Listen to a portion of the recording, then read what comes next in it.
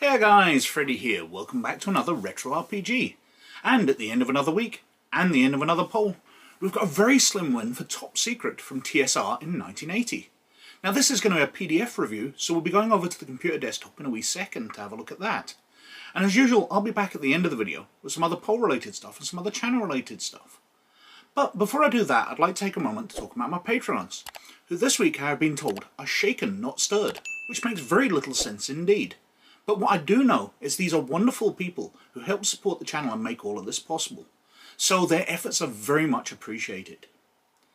Now, if you'd like to join them and help support the channel, and I very much wish you would, or you'd like to gain access to these videos a week early, or you'd like to gain access to one of the other levels of patronage we've got, then we've got a link to our Patreon in the description down below. If you check it out, it'd be very much appreciated. But anyway, let's have a look at Top Secret. So, this is Top Secret, which came out from TSR in 1980. Now, this is a game which I'm presenting as a PDF, but I do actually own a physical copy somewhere in my shelving to my left here. But I'm afraid over the 40 years I've owned it, it's got in a very shoddy state. The box itself got water damaged and ended up being thrown out because it wasn't much more than papier-mâché mush. The book itself, without a box to protect it, the cover got ripped off, it broke down the spine, and the front and back covers fell off separately, and I actually managed to completely misplace the adventure that was in the box. What else came in it? A crayon and a D20, because it was the days when you used to colour in the numbers on your dice yourself. I'm afraid they've ended up in my dice box somewhere behind me, just mixed in with the rest of my dice.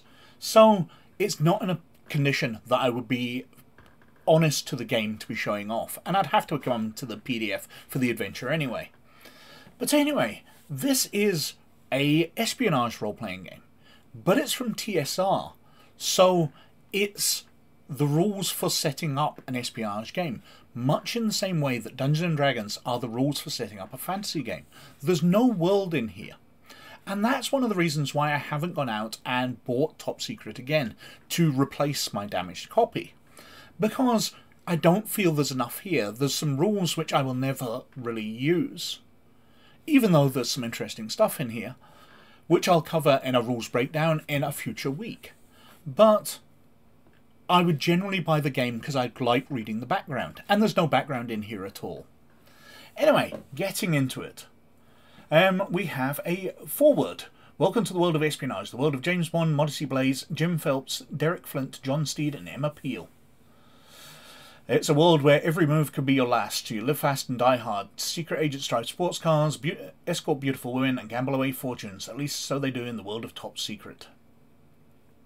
In the last several years, there have been quite a few role-playing games produced, covering subjects such as diverse as bunnies and bugbears, musketeers and mutants, and even spacemen and cowboys.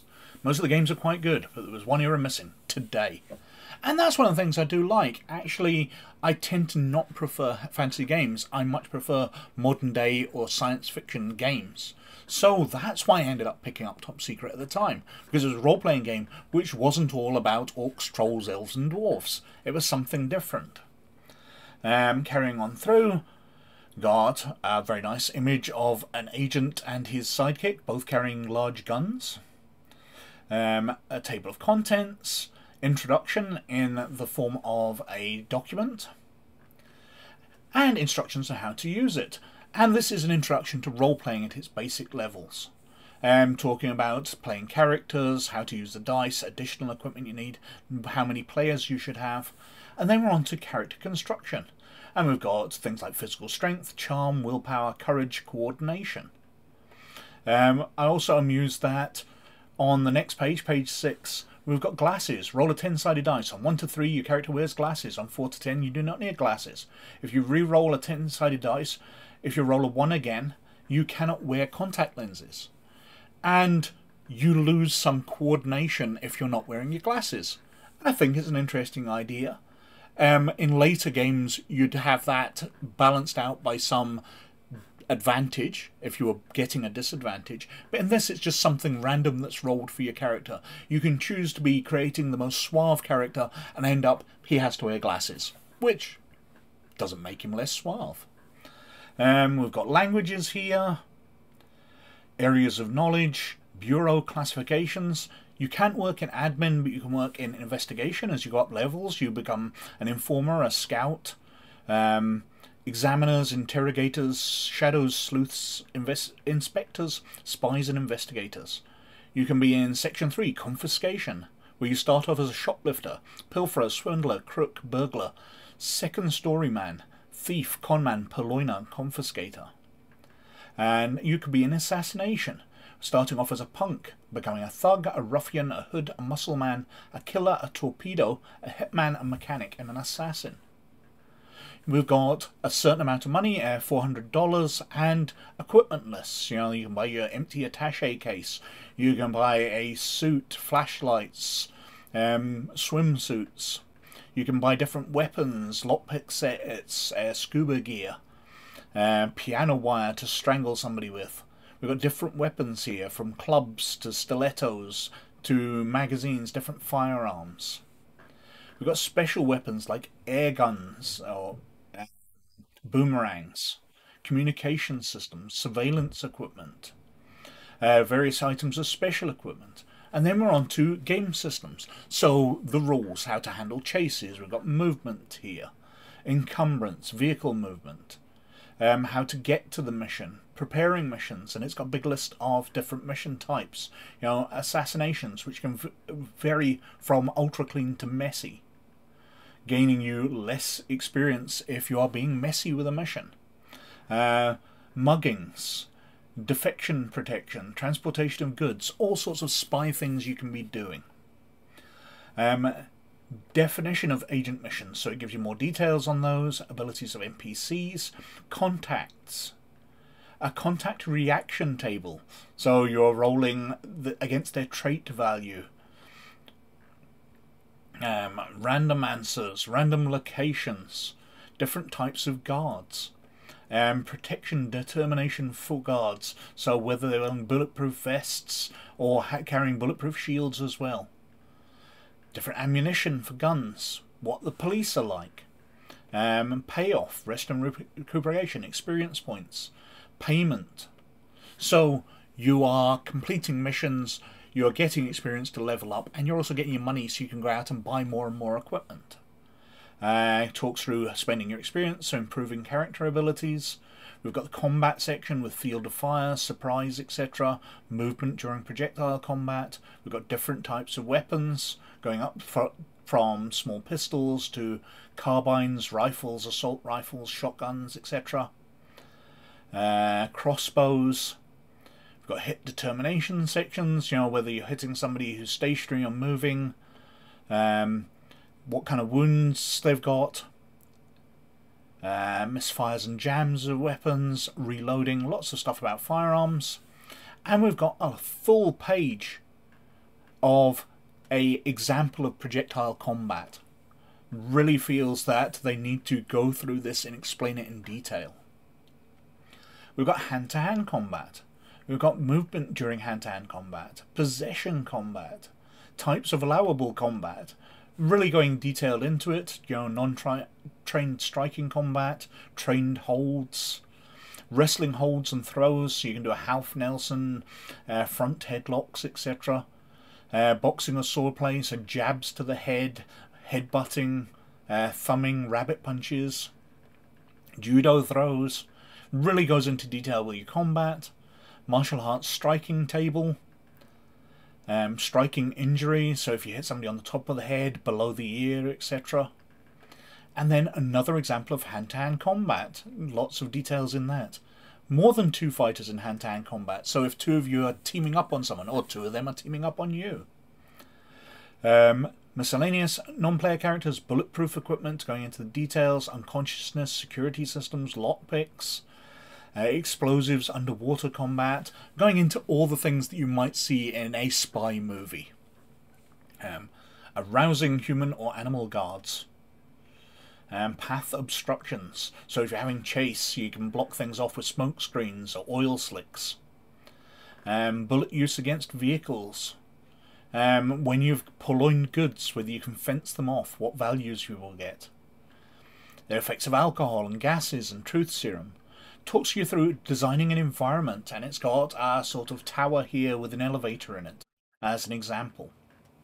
And then we're on to optional rules. So we've got fame and fortune, arrest by police, called shots, temporary losses, permanent losses.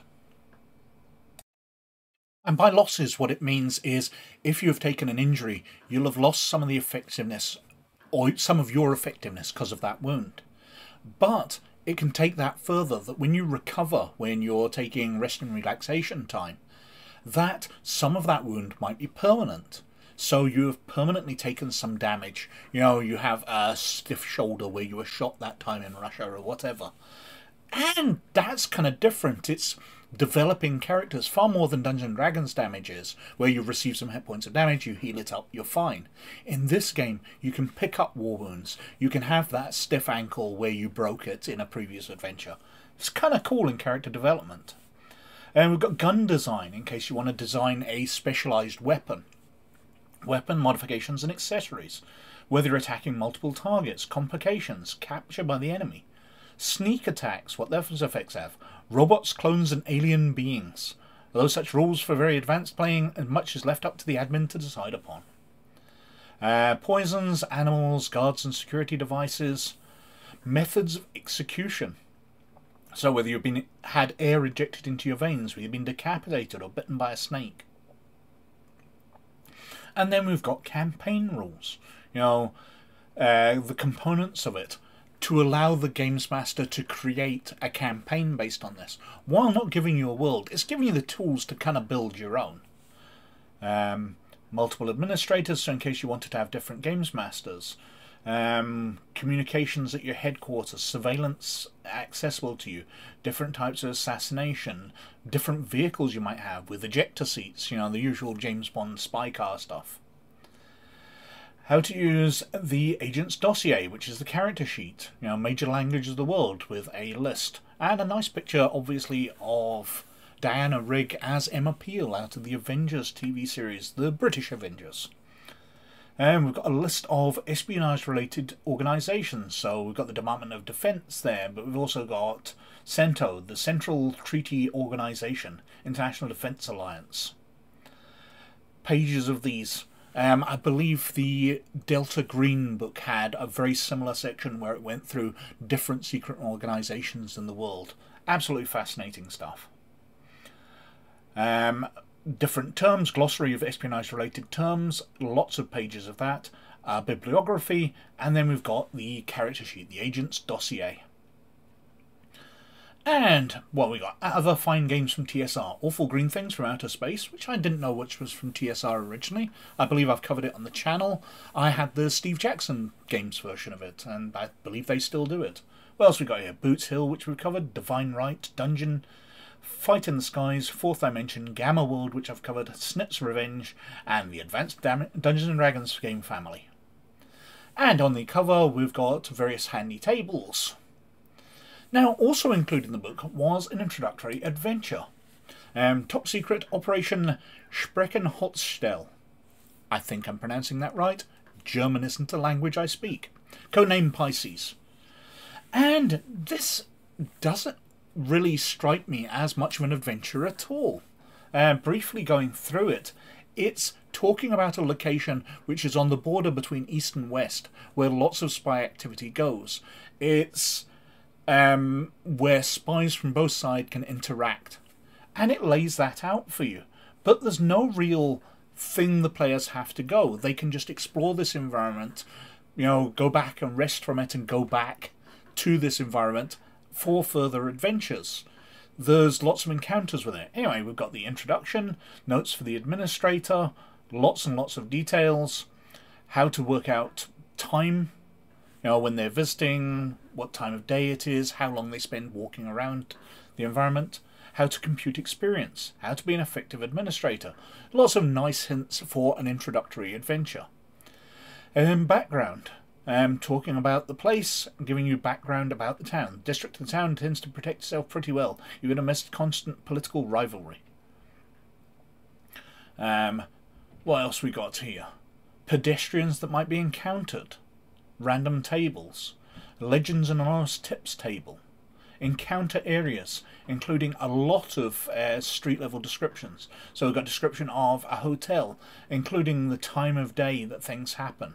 You know, during the day, the hotel operator is found at behind the main desk. The hotel switchboard operator is usually found in the switchboard room, etc., etc. And at night things are different. We've got an inn with the day and night cycle, cafe, tailors, laundries, barbershop, beauty salon, delicatessen, wine shop, foreign imports. It's a really well fleshed out environment. There just doesn't seem to be massive amounts for the players to do. Just explore, kill things, gain experience, and go back once they're wounded. What else? We've got perfumeries, candle shops, glassware stores, mission house, pubs, fish markets, greasy spoons. And then we've got an area beneath the street levels, so fallout shelter, storage cellar, wine cellar, infirmary, scrubs and supply rooms, investigators for hire, southern obsolete sewer. Continuing on through, prisoners' cells, flooded basements. And we've got personnel traits and weaponry charts for lots and lots of NPCs. Massive just table of numbers. Personal language, knowledge and usage charts, so you can see what languages they speak. Code phrases that are used. A key to the environment, human target list. So there's a secretive foreign dignitary, there's a foreign agent, a traitor scared of every movement made. Object targets. So there's security documents to be stolen, worth $2,200 to any government. $10,000 in counterfeit but well done locals currency, small bills in a paper sack. A lockpick set, a roll of $1,200 bills, US currency, tin can containing uncut diamonds. There's just this place where the players go and they loot and plunder. It's kind of like a dungeon, but for a spy game. It's really quite odd. For a spy game, I'd expect a plot like a James Bond film, where they get introduced to their mission and they have to travel to Monte Carlo and meet the bad guy in the casino, and then they need to escape from there in their fast car. I would expect an adventure kind of like that, and the James Bond adventures and the top secret adventures I've got, I believe Operation Rapid Strike I've got in my collection here, do lay things more out like this, whereas this is just somewhere you go wander around at random and encounter things and loot it. It's very Dungeons and Dragons. It's slightly odd. Character lists, non-player character personalities, list of potential characters. We've got assassins, confiscators, investigators, you know, characters that the players might play or encounter other agents. And then we're reaching the back. Players' background sheet, potential characters, it said, tips for players, and we've got the maps. So on the surface here, the different buildings, labelled out for the games master, what roofs there are. Sorry, this is labelled out for the games master, all the rooms, referring back further, and then we've got the below street level, all the rooms in that area as well. And the back cover. Now, top secret for a 1980 role-playing game is pretty cool. There's a lot of detailed rules in here. I would say it's a bit rule-heavy, but there's a lot to build on here. But the big problem is that there's nothing for you to build upon.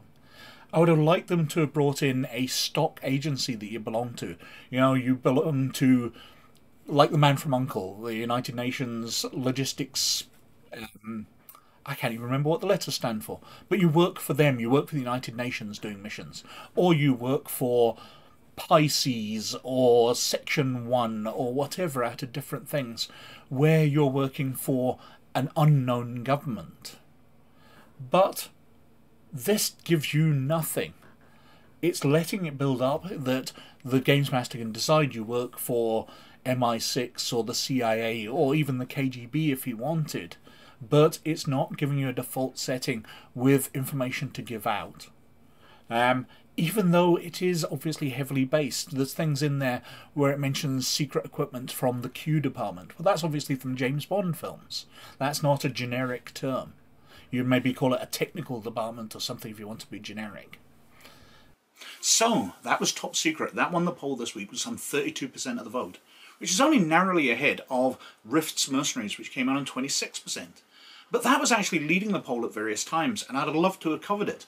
But then again, I say that about everything in these polls, because I just love covering role-playing stuff. I love everything I own. But behind that, on 17%, was Threats 2 for Shadowrun, and Shadowrun often dominates these polls, so I kind of thought that would actually win. But alas, not this time. 1% behind that, on 16%, was Infantry Weapons of the World for Twilight 2000. And coming in last was Aberrant D20, which was a new entry into the poll, and I thought it might do well, but it came in on only 10%. Now, as usual, they're all cleared out of the poll, and we're going with the Retro Adventures. And this time, I wanted to put in new things, but I kept being drawn back to stuff I really want to cover for the channel. So a number of the entries here have been in multiple polls before, and we shall keep putting them in until they win, because I just want to cover them. But first up, we've got One Stage Before for Shadowrun. Now, this hasn't been in the polls before, and in some places it's rated as one of the worst Shadowrun adventures. But it's by Nigel D. Findlay, who is one of my favourite role-playing game authors, especially for Shadowrun. So I'd like to have a look at it and see if this absolute master, who was taken from us far too young, did make a flawed adventure. Second up, we've got K for Dawn for 2300 AD. Now, this is the adventure that's bundled in the box set that I have. I'd like to see how they introduced you to this universe. An introductory adventure is always fun to look at. Next up, we've got Operation Rapid Strike for Top Secret. Because we covered Top Secret, we might as well cover the adventure I've got, which is bundled in somewhere along with the rulebook, my very tattered copy. Then up, we've got Kvizia Rocks for Living Steel. Now, Living Steel is one of my favourite role-playing games for its setup. It's so open world. It and Twilight 2000 just leave the players in a world and let them get on with it without leading them down. They have to go and do certain adventures. They've very much got the choice where they're saving the world or influencing it. And seeing one of the few adventures that was published for this amazing role-playing game, which is very much forgotten about, would be cool. And finally, we've got the Perfect Warrior for Street Fighter. Now, Street Fighter was an oddity. White Wolf was famous for their World of Darkness, for Vampire, for Werewolf, for Mage, and then they brought out a Street Fighter RPG where you got to punch people in the face and do various martial arts, super moves, fireballs and all that. And it's fun, and the books they made were fun, so it'd be lovely to cover that.